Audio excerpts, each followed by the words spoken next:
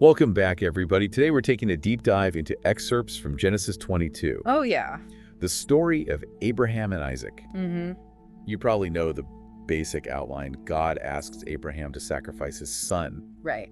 It gets really intense, and then there's a twist. Yeah. But what makes this story so powerful?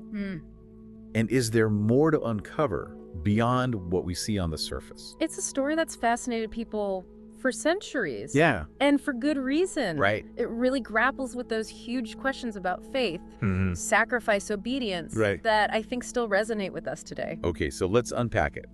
We're in this ancient world of the patriarchs. Okay. God commands Abraham to sacrifice Isaac, Right. his son. His son. Not just any son, though. Right. The son of the promise. Yes. The one through whom God vowed to build a nation. It's interesting because we have to consider the historical context of sacrifice in ancient cultures. Yeah. It was a way to appease the gods. Right. Seek favor, atone for wrongdoing. Right. And these sacrifices would often involve prized possessions, Yep. livestock crops, Yeah. even in some cases, human lives. So God asking for a sacrifice isn't totally out of left field then. Right, exactly. But asking for Isaac?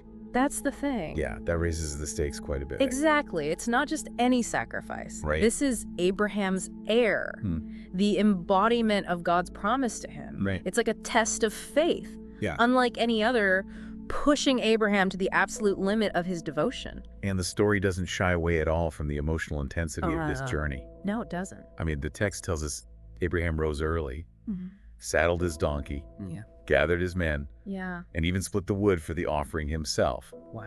Then this 3-day journey to Moriah Right. with Isaac carrying the wood on his back.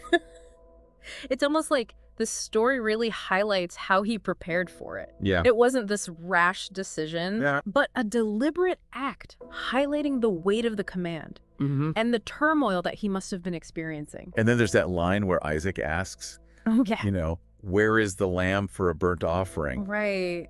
Oh, man, you can just feel Abraham's heartbreak as he responds. Yeah. My son, God, will provide for himself the lamb. Like, what is going through his mind at this point? I know, it's a pivotal moment. Right. Some scholars interpret his response as a testament to his unwavering faith. Okay. He just believed that God would provide a way out, even if he couldn't see it. Right. Others view it as maybe a sign of Abraham's internal struggle, Yeah. clinging to hope while he was bracing himself for the unthinkable. Okay, so they reach Mount Moriah. Abraham builds the altar, Right. arranges the wood, Yeah. binds Isaac, Oh, wow. and lays him on top. Wow. It's like he's going through the motions, Right. step by agonizing step. Step by agonizing step. And then- Yeah. Just as Abraham raises the knife, Oh, my. the angel of the Lord intervenes, Yeah. stopping him at the last possible second. Oh, my. A ram caught in a thicket becomes the substitute. Wow. Divine intervention. Yeah. It feels almost cinematic. It does. Like right out of an epic film. It's a powerful moment because it highlights this concept of Yeah. the Lord will provide, Oh, wow. which is the name given to that place. Wow. It reinforces the idea that God will not abandon his faithful even in their darkest hour. But here's why I think the story gets even more complex. Okay. Because God doesn't condemn Abraham for his willingness to obey. Yeah. Instead, he acknowledges Abraham's fear of God, Okay. saying, now I know that you fear God since you have not withheld your only son from me. Yeah. So it begs the question, what does it really mean I know. to fear God in this context? Right. It's not about terror or dread. No, no. It's about a deep reverence, Okay. an understanding of God's power and authority, coupled with a willingness to submit to his will, even when it seems completely incomprehensible. It's almost like a paradox. It is. God asks for this unimaginable sacrifice, Yeah. yet it's the willingness to obey, Yes. the act of surrender. Right. That's the real test, not the actual killing of Isaac. Precisely. It's about the internal transformation, Yeah. the demonstration of absolute faith Right? that elevates Abraham in God's eyes, and that act has huge consequences. Okay. Because God reaffirms his covenant with Abraham, Right. promising to multiply his descendants Yeah. as the stars of the heaven and as the sand which is on the seashore, Wow. and assuring him that his offspring will possess the gate of their enemies. So this one act of obedience, Right. this willingness to sacrifice what's most precious to him, Yeah.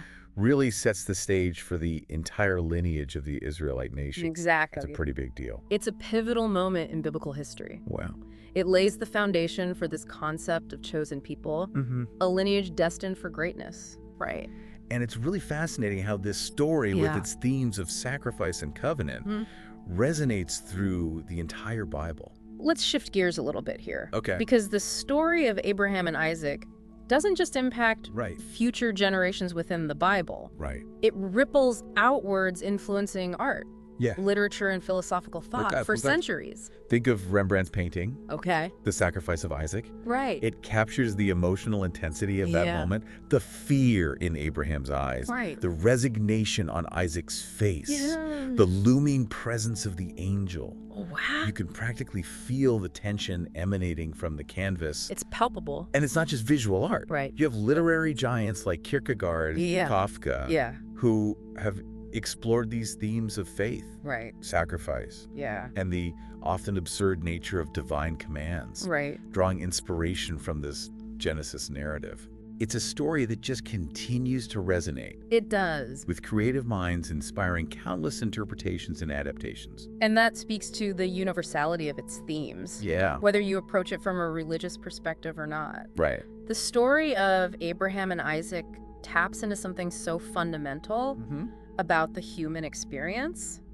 What do you mean? These conflicts between duty and desire, faith and doubt, the weight of responsibility, the search for meaning in a world that often feels beyond our control. It's like holding up a mirror to our own lives. It is. It forces us to ask, what would I do in that situation? Right. What are my Mariahs, those challenges that push me to my absolute limit? It invites introspection and challenges us to examine our own beliefs, our values, the things we hold most dear. That's what makes this deep dive so fascinating. I know. We're not just unpacking this ancient tale. Right. We're exploring the depths of the human condition. Exactly.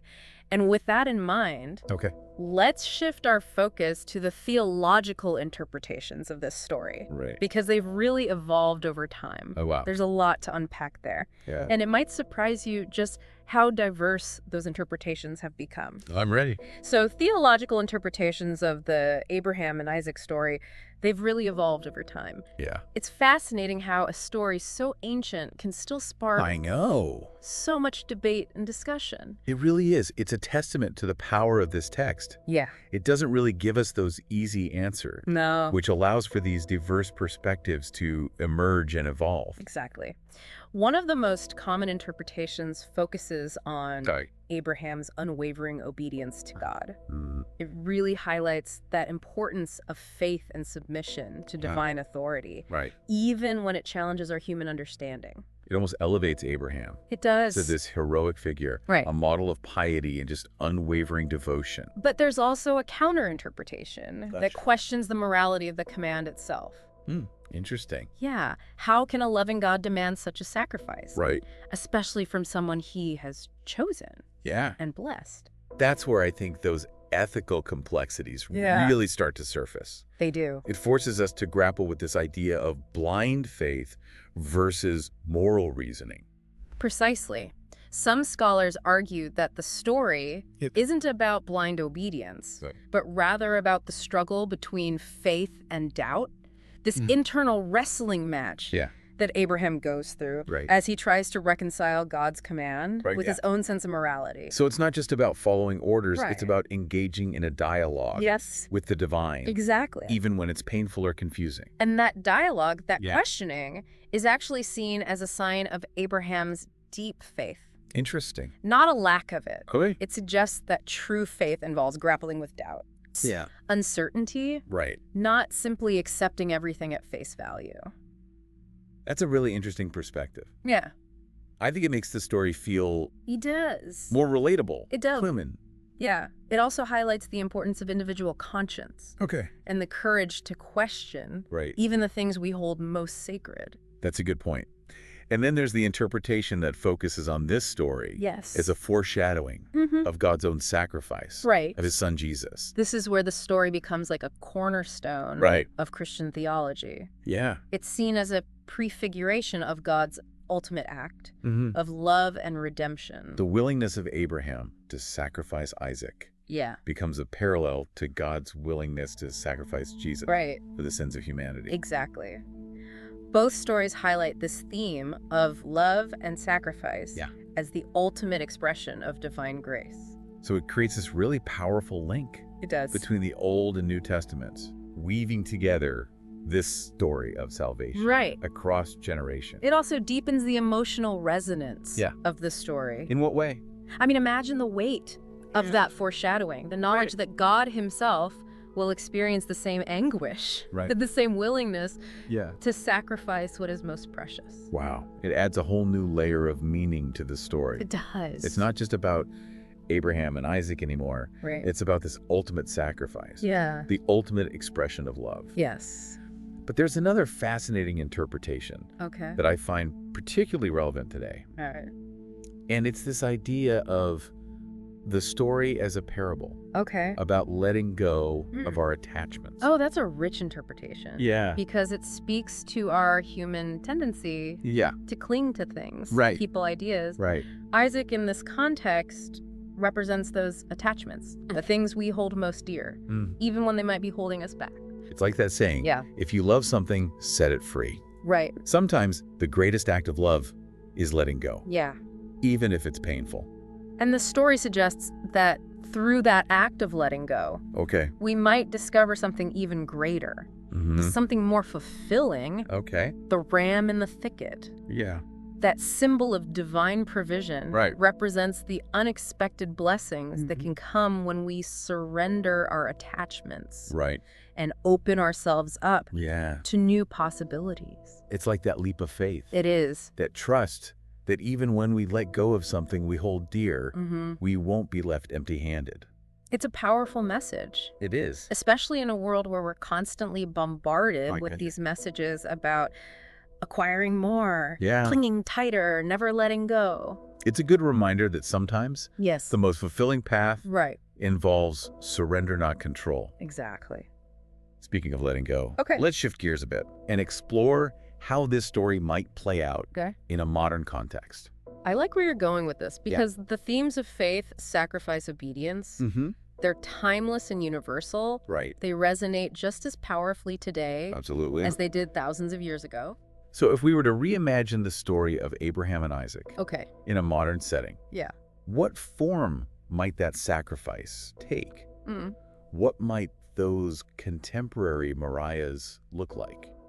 That's a really thought-provoking question. It is. Imagine, instead of a physical sacrifice, the test might involve surrendering a lifelong dream, a cherished relationship, or a deeply held belief. It could be a situation where you're forced to choose. Between your career aspirations and your family commitments. Exactly. Or maybe it's about confronting a deeply held prejudice. Even if it means alienating those closest to you. The modern-day Abraham might be faced with a moral dilemma, a choice between personal gain and ethical integrity.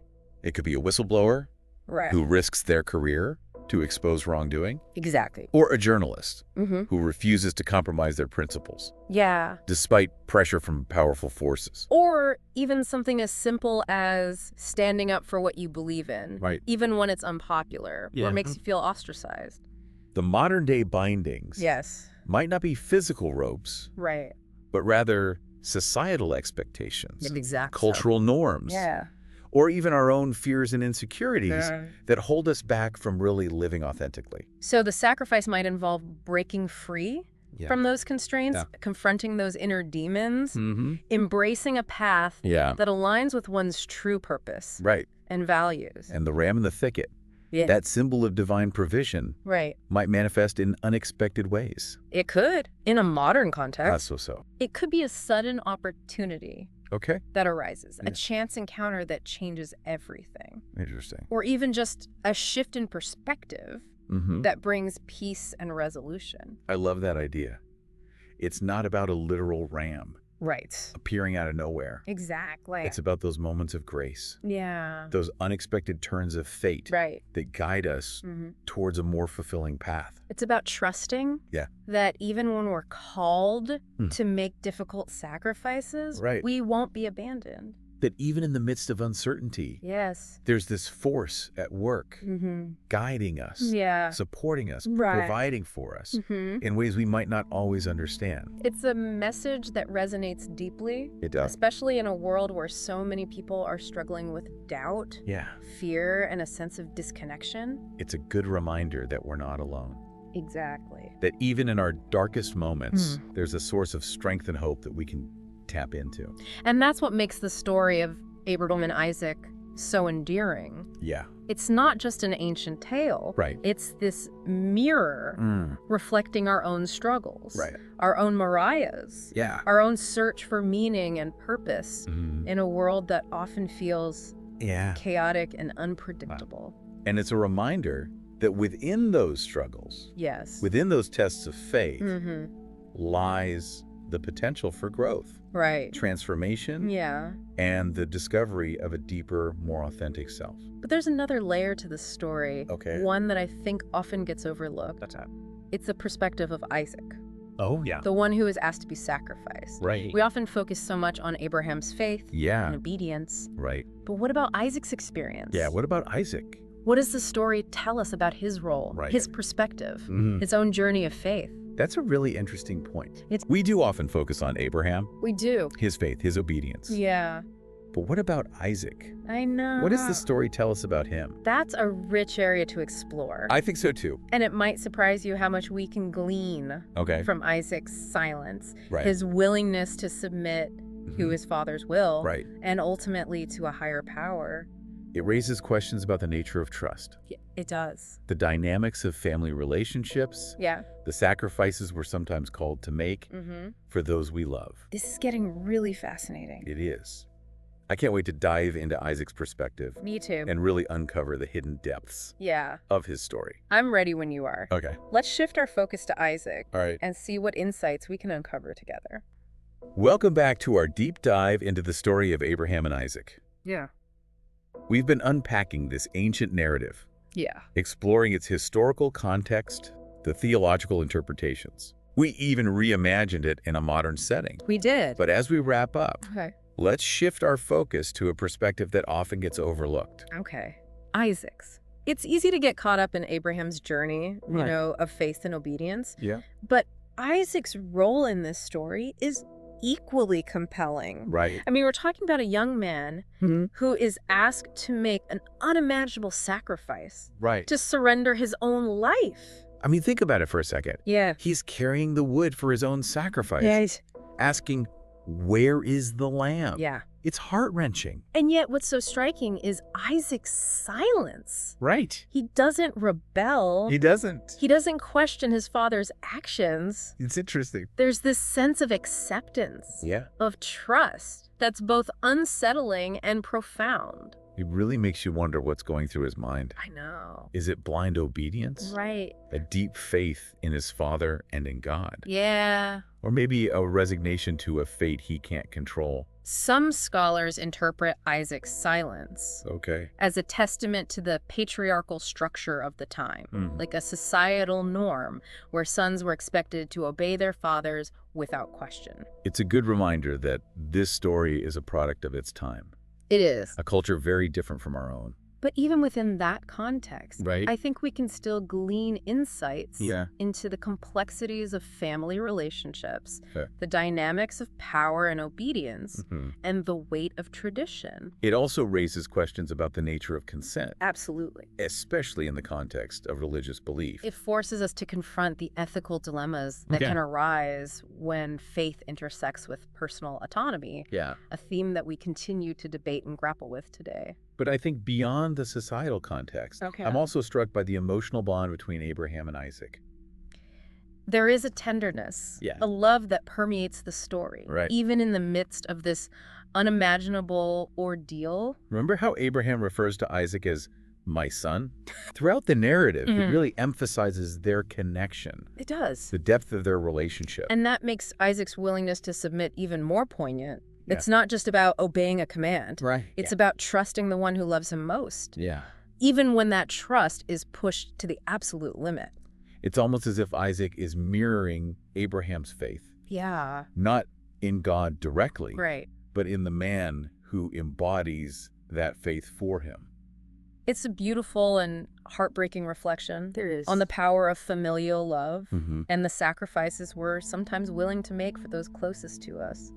So even though Isaac's voice is largely absent from the narrative, his presence is deeply felt. It is. Yeah, his silence speaks volumes about the complexities of obedience, trust, and the bonds of family. It's a reminder that even those who seem voiceless in a story can hold profound insights and challenge us to look beyond the surface. And that brings us back to this idea of the story as a parable. About the human condition. We've explored Abraham's struggle with faith, his willingness to sacrifice. We've touched upon Isaac's silent surrender, his trust in his father. But ultimately, this story is about something even greater. It is. Than the individuals involved. It's about the universal themes that transcend time and culture. What do you mean? The tension between faith and doubt.